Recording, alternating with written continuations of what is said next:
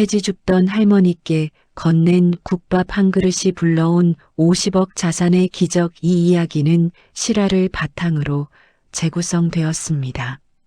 새벽 4시 어두컴컴한 골목, 리어카를 끄는 할머니의 뒷모습. 여러분, 이 할머니가 지금 들고 있는 게 뭔지 아십니까? 할머니 손에 쥔 구겨진 종이 한 장, 50억짜리 부동산 계약서. 무게는 딱 3g. 그런데 그 종이 한 장의 값은 50억 원입니다. 이 이야기는 단 한 그릇의 국밥에서 시작됐습니다. 그리고 이 모든 건 누군가 건넨 국밥 한 그릇이 없었다면 절대 일어나지 않았을 일입니다. 여기 새벽 4시의 골목에서 2018년 겨울 서울 관악구의 한 골목. 새벽 4시가 되면 어김없이 그 소리가 납니다. 리어카 바퀴가 아스팔트 위를 긁는 소리. 삐걱, 삐걱. 78세 박순례 할머니는 그날도 어둠 속에서 일을 시작했습니다. 두꺼운 장갑 2겹을 끼고 무릎까지 오는 검정 고무장화를 신고 낡은 야광 조끼를 걸친 채로, 허리는 이미 60도 가까이 굽어 있었지만 손놀림만큼은 누구보다 빨랐습니다. 골목 입구 재활용 분리수거함, 빌라 입구에 쌓인 박스더미, 편의점 뒤편의 폐지 묶음. 할머니의 눈은 어둠 속에서도 종이를 잘도 찾아냈습니다. 하루 종일 모아봤자 손에 쥐는 돈은 많아야 5,000원에서 7,000원. 무거운 리어카를 끌고 고물상까지 걸어가는 거리가 왕복 6km. 관절염이 있는 두 무릎은 언제나 욱신거렸지만 할머니는 한 번도 일을 쉬어본 적이 없었습니다. 이유는 단 하나였습니다. 잠시 침묵. 손자 민준이 때문에. 박순례 할머니에게는 외손자 민준이가 있었습니다. 15살. 엄마는 교통사고로 세상을 떠났고 아빠는 도박빚을 지고 몇 년 전 자취를 감췄습니다. 민준이의 세상에 남은 어른은 할머니 한 명뿐이었습니다. 월세 28만 원짜리 고시원 한 칸. 두 사람이 나란히 누우면 발이 벽에 닿는 그 작은 방에서 할머니는 손자에게 매일 밤 말했습니다.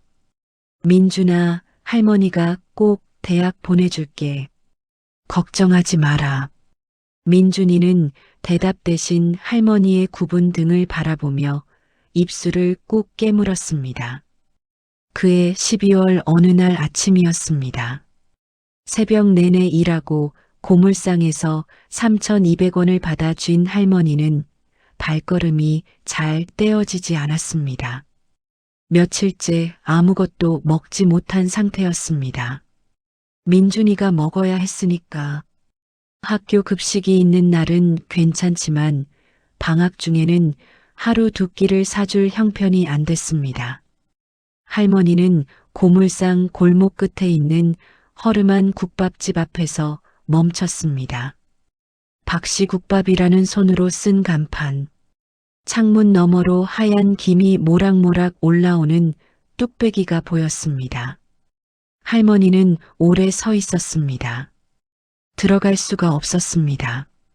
손에 쥔 3,200원으로는 국밥 한 그릇도 살 수 없었으니까. 그 집 국밥이 5,000원이었습니다. 할머니, 긴 한숨을 쉬고 돌아서려는 순간 국밥 한 그릇이 건네진 그날. 그때 국밥집 문이 열렸습니다. 안에서 나온 사람은 박철수 씨, 그 국밥집 주인이었습니다. 40대 초반. 새벽마다 할머니가 리어카를 끌고 골목을 지나가는 걸 몇 달째 지켜봐 온 사람이었습니다. 어르신, 추운데 들어오셔서 국밥 한 그릇 드시고 가세요. 할머니는 고개를 저었습니다. 아니야, 괜찮아. 나 안 추워. 어르신, 다 식어요. 얼른 드시고 가세요. 박철수 씨는 이미 국밥을 들고 나와 있었습니다. 뜨거운 뚝배기, 깍두기, 파김치. 할머니는 두 눈이 빨개졌습니다. 받아야 할지 말아야 할지. 결국 할머니는 가게 안 낡은 나무 의자에 앉아 국밥을 받았습니다. 첫 숟가락을 뜨는 순간 눈물이 뚝 떨어졌습니다. 뜨겁고 진한 사골 국물이 얼어붙은 몸속으로 퍼져나가는 그 감각. 할머니는 그게 밥맛인지 눈물 맛인지도 몰랐다고 나중에 말했습니다. 할머니가 국밥을 드시는 모습, 가게 주인은 멀찍이 서서 아무 말 없이 지켜봄. 박철수 씨는 아무 대가도 바라지 않았습니다. 그냥 드렸습니다. 그게 전부였습니다. 그런데 국밥을 다 드시고 일어나시던 할머니가 주머니 속에서 무언가를 꺼냈습니다. 구겨진 명함 한 장이었습니다. 리어카 안에서 주운 것이었는데 버리지 못하고 그냥 가지고 다닌 것이었습니다. 사장님, 내가 이걸 드릴 게 없어서 그냥 드리는 거예요. 명함에는 이렇게 적혀 있었습니다. 한국부동산투자연구소 수석연구원 김대현. 박철수 씨는 멋쩍게 웃으며 명함을 받았습니다. 그리고 잊어버렸습니다. 그로부터 3일 후 박철수 씨 가게 앞에 검은 세단 한 대가 섰습니다. 내린 사람은 정장 차림의 40대 남성이었습니다. 혹시 여기가 박씨 국밥이 맞습니까? 네, 맞는데요. 저 며칠 전에 여기 할머니 한 분께 명함을 드린 것 같은데 그 사람이 바로 김대현 연구원이었습니다. 그는 며칠 전 새벽 이 골목에서 지갑을 잃어버렸는데 명함 지갑도 함께였다고 했습니다. 혹시 누가 주었을까 싶어 주변을 수소문하다가 국밥집까지 오게 됐다는 것이었습니다. 박철수 씨 잠시 생각하다가 명함을 건넴. 할머니께서 저한테 주고 가셨는데 제가 연락드릴 방법을 몰라서요. 김대현 씨는 명함을 받으며 말했습니다. 감사합니다. 그 할머니가 따로 연락처 남기셨나요? 아니요. 그냥 가셨어요. 매일 새벽에 리어카 끌고 이 앞을 지나가시는 분이에요. 김대현 씨의 눈에 잠시 무언가가 스쳤습니다. 그 할머니 다음에 오시면 제 명함 드려주시겠어요? 뒤집어진 운명. 일주일 후 박술래 할머니는 박씨 국밥 앞에서 다시 멈췄습니다. 박철수 씨가 뛰어나왔습니다. 어르신, 이분이 어르신 만나고 싶다고 하십니다.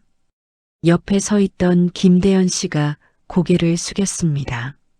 할머니, 명함 주워주셔서 감사합니다. 덕분에 지갑도 찾았습니다. 할머니, 어리둥절한 얼굴로 아이고, 뭘 그런 걸 가지고. 당연히 해야 할 일을 했지. 두 사람은 국밥집 안에서 국밥을 함께 먹었습니다. 이야기가 시작됐습니다. 김대현 씨는 이야기를 들으면서 내내 말이 없었습니다. 78세 할머니, 고시원, 손자 민준이, 새벽 4시 리어카, 하루 5,000원. 그는 한참 후에 조심스럽게 물었습니다. 할머니, 실례가 아니라면 여쭤봐도 될까요? 지금 사시는 곳 근처에 비어있는 건물 같은 게 있나요? 아주 오래 사셨을 테니까 동네를 잘 아실 것 같아서요. 할머니는 고개를 갸웃했습니다. 비어있는 거? 있지. 우리 골목 끝에 10년 넘게 비어있는 데가 있어. 아무도 안 들어가던데. 혹시 그게 어떻게 생긴 곳인지 기억나세요? 낡은 2층 건물인데 1층이 옛날에 세탁소였나? 지금은 문도 잠겨 있고 근처 사람들은 귀신 나온다고 그러던데. 김대현 씨는 그날 밤 바로 움직였습니다. 김대현 씨는 부동산 투자 분야에서 15년 경력의 전문가였습니다. 그는 오래전부터 관악구 일대 재개발 지구 분석을 해오고 있었습니다. 그리고 그가 찾고 있던 바로 그 구역 개발 예정 부지의 핵심 지점 중 하나가 바로 할머니가 말한 그 귀신 나온다는 낡은 건물 자리였습니다. 건물 등기를 조회했습니다. 소유자는 박순례. 자막 그 건물의 주인이 할머니였다. 김대현 씨는 믿을 수 없었습니다. 할머니 본인도 몰랐습니다. 35년 전 남편이 살아있을 때 시세도 모르고 샀다가 세입자 문제로 골머리를 앓던 그 건물. 남편이 죽고 나서는 관리도 못하고 세금도 못 내고 그냥 잊고 살았던 그 건물이 여전히 할머니 명의로 남아 있었습니다. 재산세 체납으로 경고장이 몇 번 왔지만 고시원에서 택배 오는 것도 잘 받지 못하던 할머니는 그것도 몰랐습니다. 그리고 그 건물이 위치한 곳은 2년 내 도시재생사업 예정 구역 한복판이었습니다. 김대현 씨는 다음 날 아침 일찍 국밥집으로 달려갔습니다. 그리고 박철수 씨의 도움을 받아 할머니에게 연락했습니다.